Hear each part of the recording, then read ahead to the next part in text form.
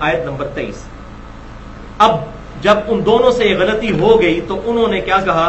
قال ربنا ظلمنا انفسنا، ان دونوں نے پکارا اپنے رب کے حضور دعا کرتے ہوئے، اے رب ہمارے، ہم دونوں نے اپنی جان پر ظلم کیا، وَإِن لَّمْ تَغْفِرْ لَنَا، اور اگر تو نے ہمیں معاف نہ کیا، وَتَرْحَمْنَا، اور ہم پر رحم نہ فرمایا، لَنَكُونَنَّ مِنَ الْخَاسِرِينَ، تو ہم ضرور خسارہ پانے والوں میں سے ہو جائیں گے۔ اللہ، یہ آدمیت اور شیطنت میں فرق ہے۔ آدم علیہ السلام سے غلطی ہوئی تو اللہ کی طرف رجوع کیا، اپنی غلطی کی جسٹیفیکیشن نہیں دی۔ پچھلی دفعہ ہم نے سنا کہ شیطان نے باقاعدہ اللہ تعالی کے سامنے دلائل پیش کیے نافرمانی پر۔ تو جو بندہ اپنی غلطی کو جسٹیفائی کرنے کی کوشش کرے وہ شیطان کا پیروکار ہے، اور جو اپنی غلطی کو مان کر اپنے رب کی طرف رجوع کر لے وہ رحمان کا پیروکار ہے۔ تو فوراً ہی متوجہ ہوئے وہ دونوں، اور سورۃ البقرہ میں تو صرف یہ ذکر آیا تھا کہ اللہ تعالیٰ نے ان دونوں کو کوئی کلمات سکھا دیے، ظاہر ہے وہ کلمات اللہ تعالیٰ نے ان کے دل میں ڈالے۔ اس کے علاوہ بھی 6 مقامات کے اوپر، یہ سورۃ الاعراف کو چھوڑ کر 6 اور مقامات پر یہ ذکر آیا، لیکن کہیں پر بھی دعا رپورٹ نہیں ہوئی کہ وہ دعا کون سی تھی۔ یہ قرآن میں واحد جگہ ہے جہاں پر وہ دعائیہ کلمات بھی آ گئے کہ آدم علیہ السلام نے ان الفاظ کے ساتھ دعا مانگی تھی، ربنا ظلمنا انفسنا وَإِن لَّمْ تَغْفِرْ لَنَا وَتَرْحَمْنَا لَنَكُونَنَّ مِنَ الْخَاسِرِينَ۔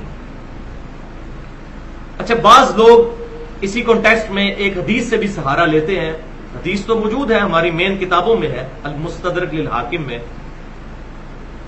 کہ آدم علیہ السلام کی جب توبہ قبول نہیں ہو رہی تھی تو آدم علیہ السلام نے اللہ تعالیٰ سے عرض کی کہ اے اللہ، تجھے محمد صلی اللہ علیہ وسلم کا وسیلہ پیش کرتا ہوں کہ ان کے صدقے میری مغفرت فرما دے۔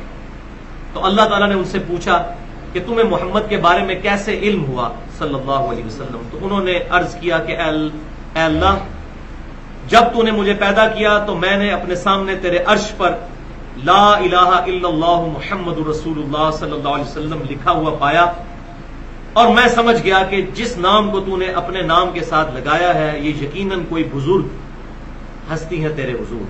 تو پھر اللہ تعالیٰ نے فرمایا کہ اے آدم، اگر میں محمد صلی اللہ علیہ وسلم کو پیدا نہ کرتا تو میں اس کائنات کو پیدا نہ کرتا، تو نے ان کا واسطہ پیش کیا، اس کی وجہ سے میں تیری مغفرت کرتا ہوں۔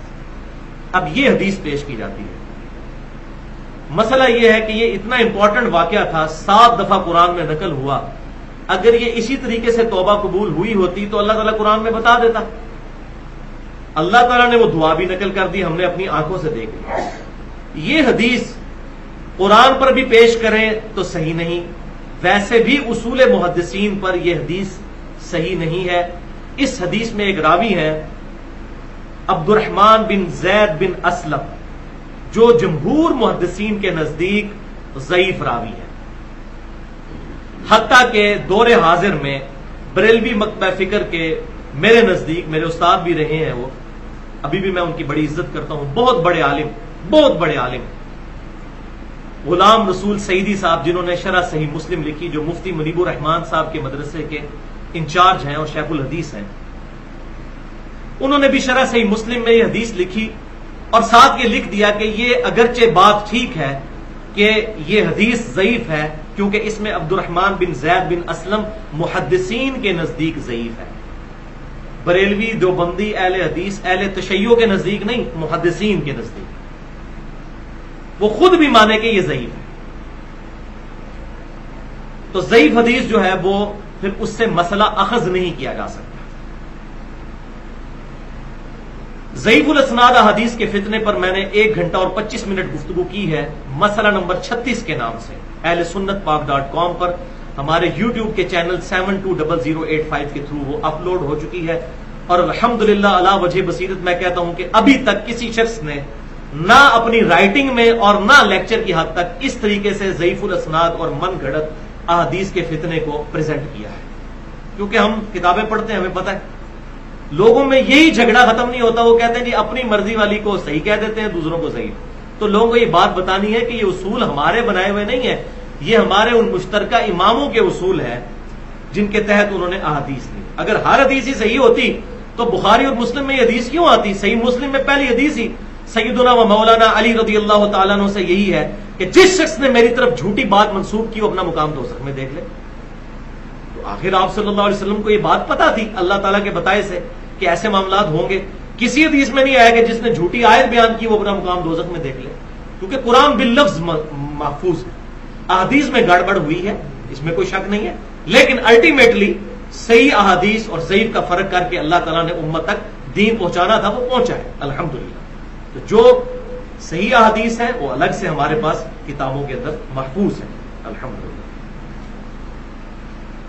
اسی کانٹیکسٹ میں ایک اور لیکچر ہے مسئلہ نمبر 35 کے نام سے, منکرین حدیث کے فتنے کا تحقیقی جائزہ 1 گھنٹہ اور 35 منٹ کی. تو یہ دونوں ایکسٹریمز میں نے جو ہے وہ ایڈریس کی ہیں, اور وسیلہ اور توسل کے اعتبار سے میں نے تقریباً 1.25 گھنٹے کی گفتگو کی ہے. مسئلہ نمبر 43 کے نام سے وسیلہ اور توسل کے صحیح احکام و مسائل, اس میں 6 وسیلے ذکر کیے ہیں. 5 ایسے ہیں جو کتاب و سنت سے ثابت ہیں اور 1 ایسا ہے جو ثابت نہیں. تو ہم وسیلے کو مانتے ہیں جو کہ کتاب و سنت کے اندر آئے ہیں.